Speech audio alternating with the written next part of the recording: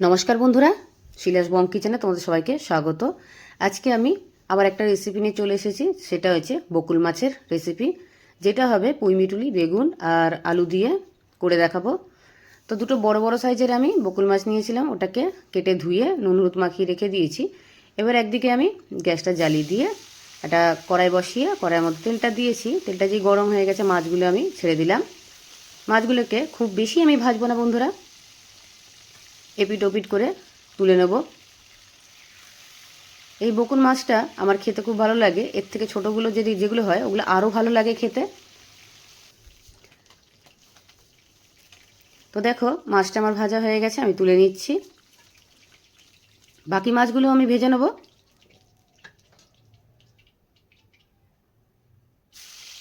বাকি মাছগুলোকে ভেজে নিচ্ছি বন্ধুরা। বেশ কিছুদিন আগেও আমি জানতাম এই মাছটার নাম হচ্ছে বগ মাছ। আমি বকুল মাছ আমি জানতাম না। তো আমার দিদিকে আমি বলেছি বগ মাছের কথা, যে দিদি জিজ্ঞেস করেছে কী রান্না করেছিস, আমি কি বগ মাছ, বলে বগ মাছ না বকুল মাছ। তো আমি হেসে দিয়েছিলাম, তারপরে জানলাম আমি এটা বকুল মাছ। তো যাই হোক, দেখো আমাদের মাছ সব ভাজা হয়ে গেছে। এবার আমি বেগুনগুলো ভেজে নিচ্ছি একটু। বেগুনগুলো খুব কড়া করব না, মোটামুটি নেড়ে চেড়ে নামিয়ে দেবো। একটু হলুদ গুঁড়ো দিলাম বেগুনের মধ্যে, আবার একটু নাড়া দিয়ে দিচ্ছি। তো দেখো আমাদের বেগুন ভাজা হয়ে গেছে, এবার আমি নামিয়ে নিচ্ছি।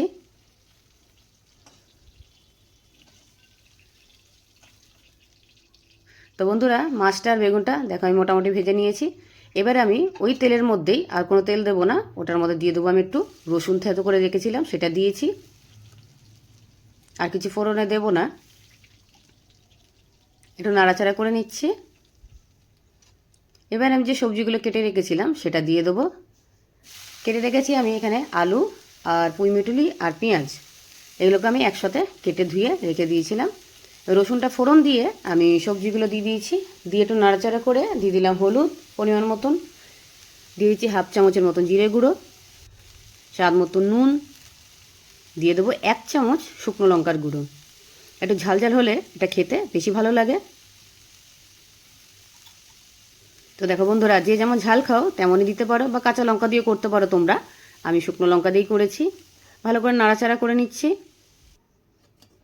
একটু ঢাকনা লাগিয়ে দিয়েছিলাম, ঢাকনাটা লাগিয়ে দিয়ে এবার আমি এটাকে আবার একটু নেড়ে নেবো।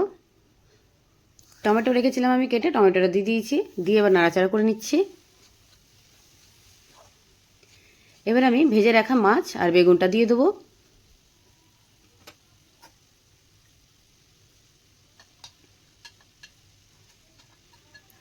আবার একটু ভালো করে নাড়াচাড়া করে নেবো বন্ধুরা।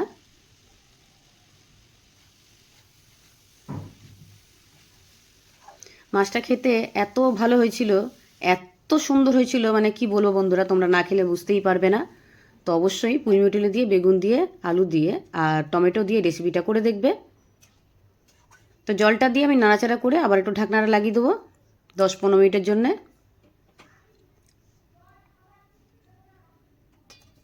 তো 10-15 মিনিট পরে ফিরে আসলাম। তো দেখো আমাদের রেসিপিটা প্রায় রেডি হয়ে গেছে। আবার একটু নাড়াচাড়া করে নেব। দিয়ে দিচ্ছ 1 চামচ ঘি, 1 চামচ না, হাফ চামচই ধরো। তো দেখো আমার রেসিপি প্রায় রেডি হয়ে গেছে। আবার একটু নাড়াচাড়া করে নেব।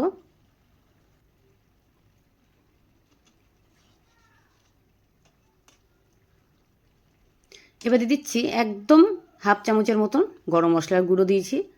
তো আমার রেসিপি রেডি। এবারে আমি এটাকে একটা প্লেটের মধ্যে সার্ভ করব। গরম গরম ভাতের সাথে বন্ধুরা, এটা খেতে অসাধারণ লাগছিল। তো অবশ্যই ট্রাই করে আমাকে বলো কেমন লেগেছে আমার এই রেসিপিটা বকুল মাছের। যদি ভালো লেগে থাকে লাইক শেয়ার কমেন্টটা অবশ্যই করবে, সাবস্ক্রাইবটা করতে একদম ভুলবে না। আবার নতুন কোনো রেসিপি নিয়ে তোমার সাথে দেখা হবে। তো ততক্ষণে আমি আসছি বন্ধুরা। টাটা।